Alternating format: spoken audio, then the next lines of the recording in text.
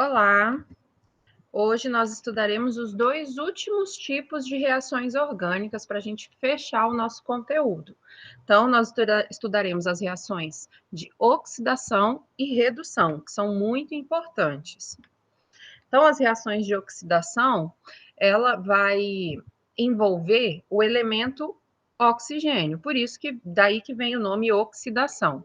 Por quê? Devido ao fato de haver um aumento no número de oxidação que vocês estudaram lá atrás, nos átomos de carbono envolvido. Lá atrás vocês estudaram que oxidação é quando o número de oxidação sobe. Redução é quando o número de oxidação diminui. Então, no caso dos compostos orgânicos, vai ocorrer um aumento no número de oxidação dos carbonos, por isso que essas reações vão ser chamadas de reações de oxidação. E aí, os compostos orgânicos que apresentam dupla ligação na sua cadeia, que apresentam insaturação, eles estão propícios à ocorrência de reações de oxidação. Então, primeira classe de compostos que a gente tem que pensar quando se fala de reações de oxidação são os compostos insaturados. Ah, professora, mas a adição também ocorre com compostos insaturados. Como eu vou saber quando é adição ou quando é oxidação? Vocês vão saber por quem é o reagente que eu estou colocando para reagir ali, ou qual é o meio reacional. Isso vai me dar a informação de que tipo de reação que eu quero, por mais que eu esteja partindo do mesmo reagente orgânico. E aí, então, existem três tipos de reações de oxidação, que são as reações de oxidação branda, as reações de ozonólise e as reações de oxidação enérgica.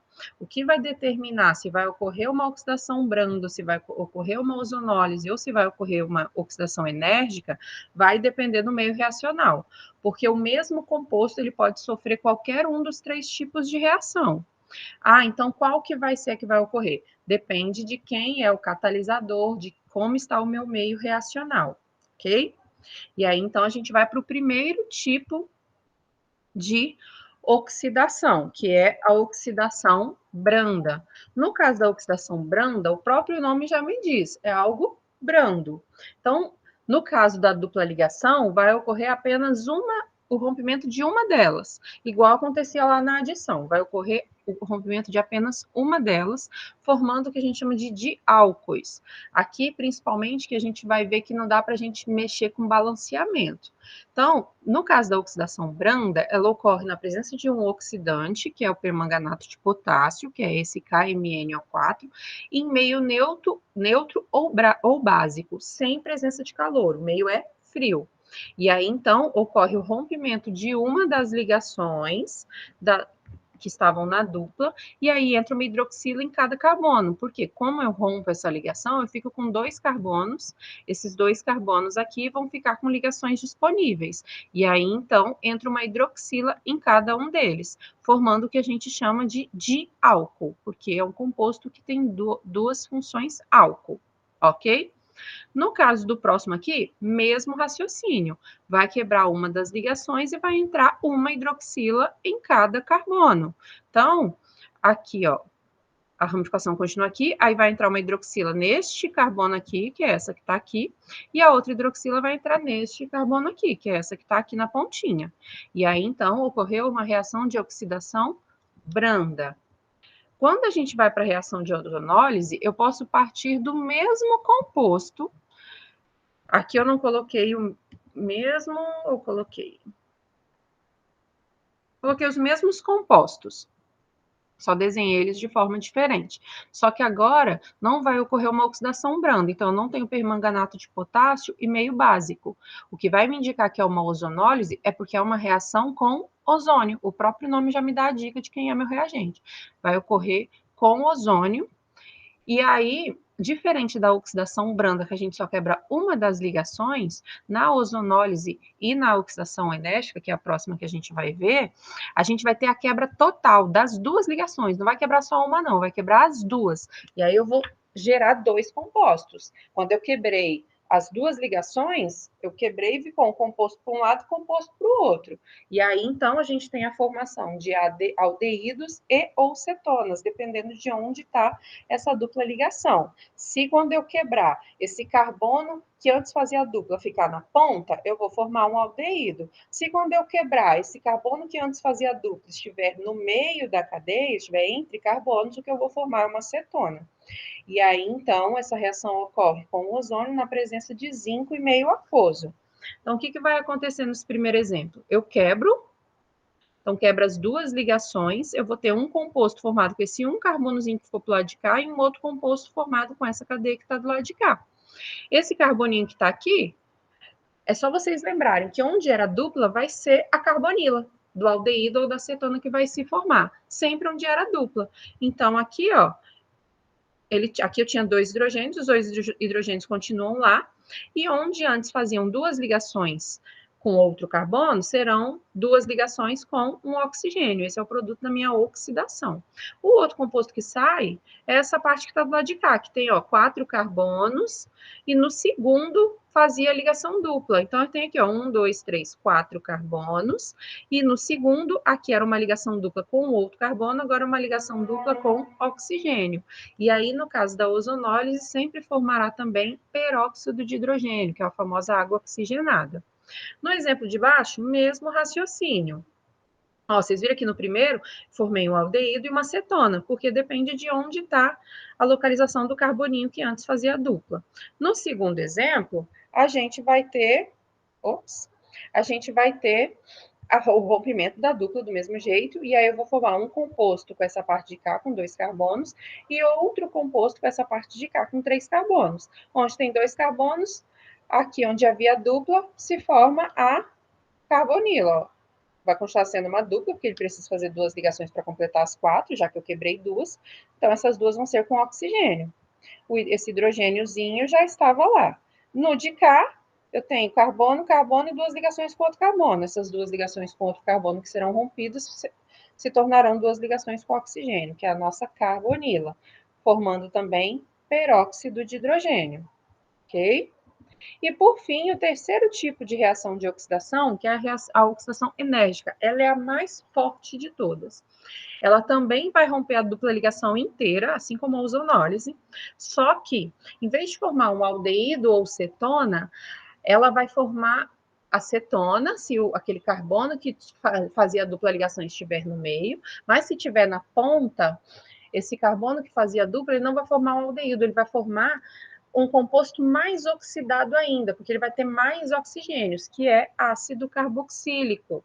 Então, no caso da oxidação enérgica, se vocês olharem, eu estou partindo de compostos iguais a que eu mostrei já lá na oxidação branda e na ozonólise. O que está mudando o produto é com o que eu estou reagindo. No caso da oxidação enérgica, também vou usar permanganato de potássio como era na oxidação branda.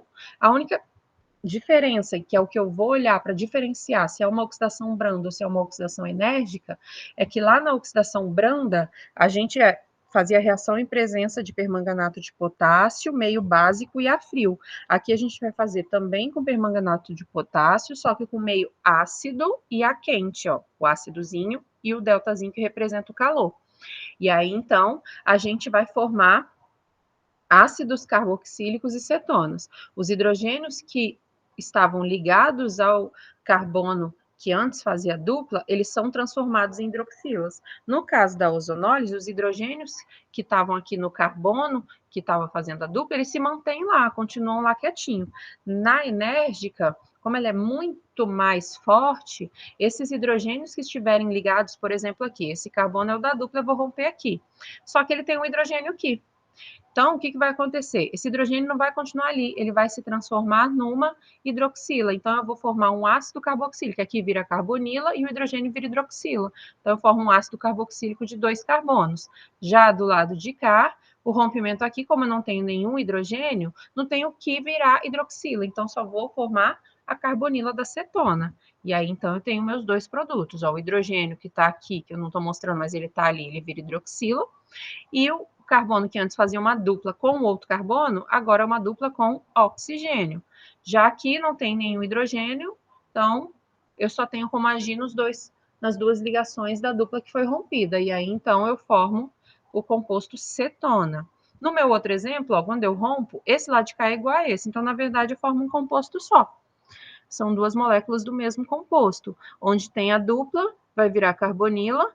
E como aqui eu tenho hidrogênio, esse hidrogênio vira hidroxila. E aí, então, a gente tem a oxidação enérgica. Então, são três tipos de oxidação de alcenos. Oxidação branda, que reage com permanganato de potássio, meio básico, tem o OH- lá, e a frio não vai ter deltazinho de calor, formando diálcois, porque eu só vou quebrar uma das ligações da dupla e vai entrar uma hidroxila em cada carbono que antes fazia dupla. Segundo tipo é a ozonólise, que é uma reação com ozônio, presença de zinco e água. E aí a gente quebra a dupla inteira.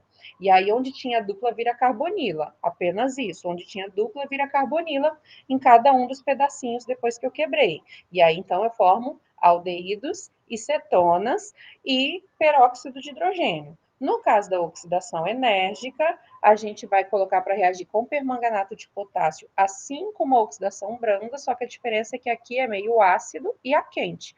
Também vamos quebrar a dupla ligação inteira, e aí a dupla vira carbonila, como já virava, só que se tiver hidrogênio nesse carbono da dupla, vira hidroxila. E aí, por isso, a gente forma ácidos carboxílicos e cetonas. Coloquei mais um exemplozinho aqui para vocês. Então, a gente vai quebrar a oxidação enérgica, porque é permanganato, meio ácido e calor. Do lado de cá, eu vou formar uma cetona, ó, porque eu não tenho nenhum hidrogênio para virar hidroxila, então eu formo uma cetona, porque essa duplinha aqui vai virar carbonila. E do lado de cá é um composto, vou formar carbonila aqui, ó, e os dois hidrogênios viram hidroxila. Isso aqui, a gente pode reescrever ele. A fórmula molecular disso aqui, ops, errei. A fórmula molecular disso aqui é H2, H2, CO3. Isso aqui lá na química inorgânica a gente chamava de ácido carbônico. E o ácido carbônico ele é muito instável, então ele se decompõe em CO2 e água. Então, quando apareceu a oxidação enérgica, que na quebra gerou um composto de um carbono só, vocês não precisam mostrar esse intermediário aqui, porque como ele logo se decompõe, a gente já mostra como CO2 e água. Então, pode aparecer questão de que vai estar falando de formação de CO2 e água numa oxidação enérgica. E aí a gente vai saber que é do caso de uma quebra de uma dupla ligação em que um dos pedaços era formado apenas por um carbono, ok? E aí aqui eu mostro para vocês, até agora, os três tipos que a gente viu são reações de oxidação de alcenos. Outro composto que pode sofrer reação de oxidação são os álcoois. E aí, para os álcoois, eu vou mostrar para vocês a reação de oxidação e de redução. Lá naqueles, eu tenho lá, no caso da ozonólise, formação de aldeídos e cetonas, no caso da oxidação enérgica, formação de ácidos carboxílicos e cetonas. Aqui vocês vão ver que eles podem sofrer redução. Eles não vão voltar a ser alcenos. A redução normalmente é o inverso da oxidação, só que eles não voltam a ser alcenos. Eu só tenho como retornar parando em álcool. Como assim? Quando a gente estiver falando de oxidação e redução de álcoois, no caso da oxidação de álcoois, redução de ácidos carboxílicos, cetonas e aldeídos, aí a gente vai seguir esse esqueminha que está aí.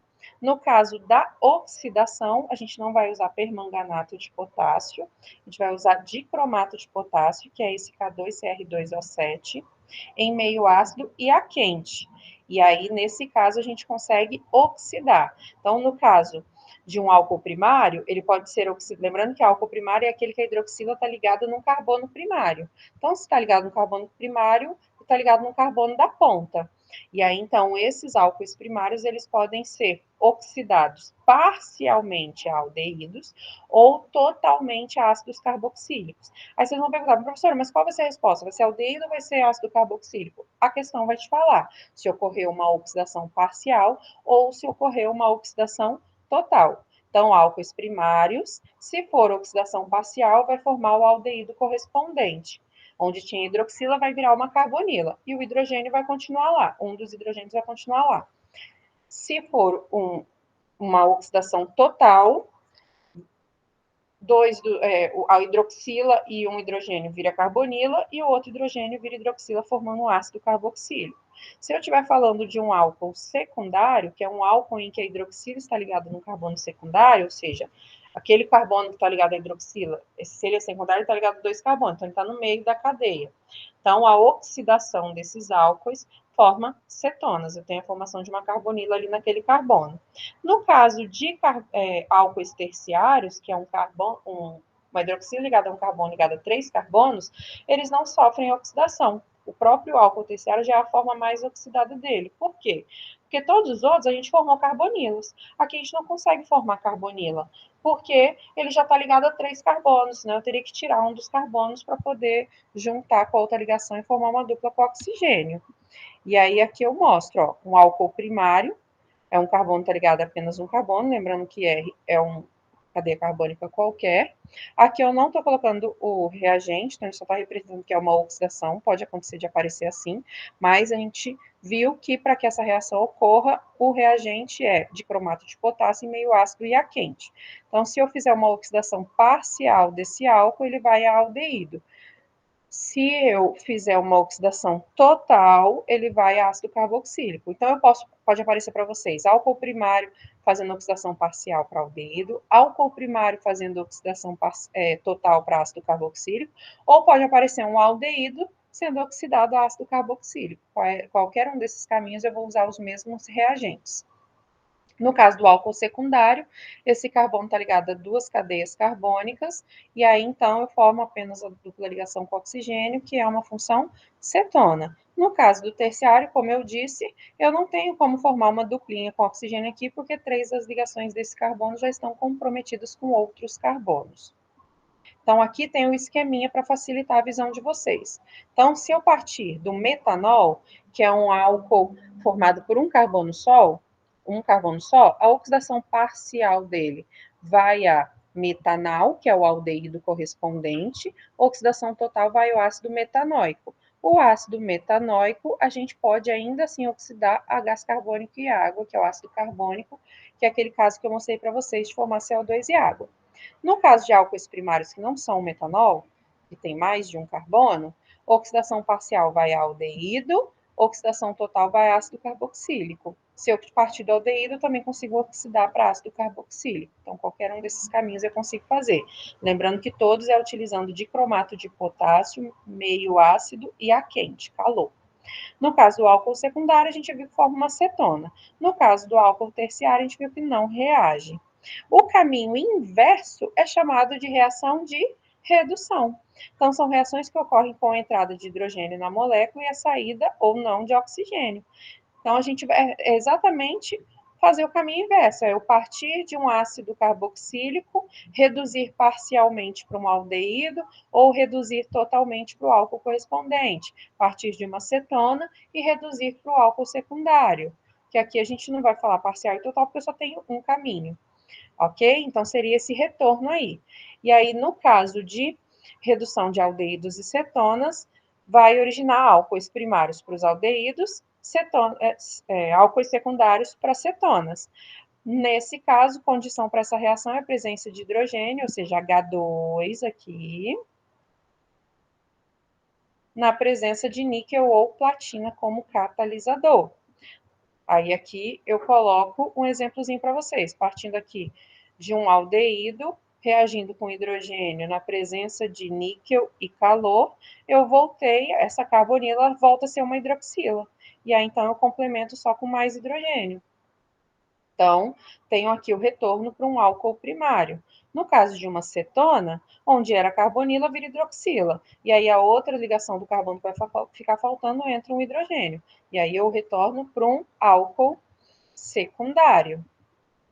E aqui eu coloquei um esqueminha para facilitar a vida de vocês. Então, ó, da esquerda para a direita, oxidação ocorre na presença de dicromato, meio ácido e calor. Eu vou ter álcool metílico indo para aldeído metílico, que vai para a forma mais oxidada, que é o ácido carbônico que se decompõe em CO2 e água, ou partindo de um álcool primário, vai para o aldeído, do aldeído vai para o ácido carboxílico, ou partindo de um álcool secundário vai para a cetona, ou partindo de um álcool terciário não tem para onde ir. Se for fazer redução, é o caminho inverso, é eu ir do CO2 e água para o aldeído, do aldeído para o álcool, ou ir do ácido carboxílico para o aldeído, do aldeído para o álcool primário, ou ir da cetona para o álcool secundário. E aí, então, lembrando que redução na presença de hidrogênio, níquel ou platina. E aí, então, a gente tem todas as formas de oxidação e redução dos compostos orgânicos, no caso aqui, da oxidação dos álcoois, redução de ácidos carboxílicos, cetonas e aldeídos, ok? Aqui eu coloco uma outra sugestão de videoaula, além dessa que eu estou gravando para vocês, caso vocês queiram utilizar como apoio. E a gente fica por aqui. Muito obrigado. Muito sucesso para todos vocês. Tchauzinho.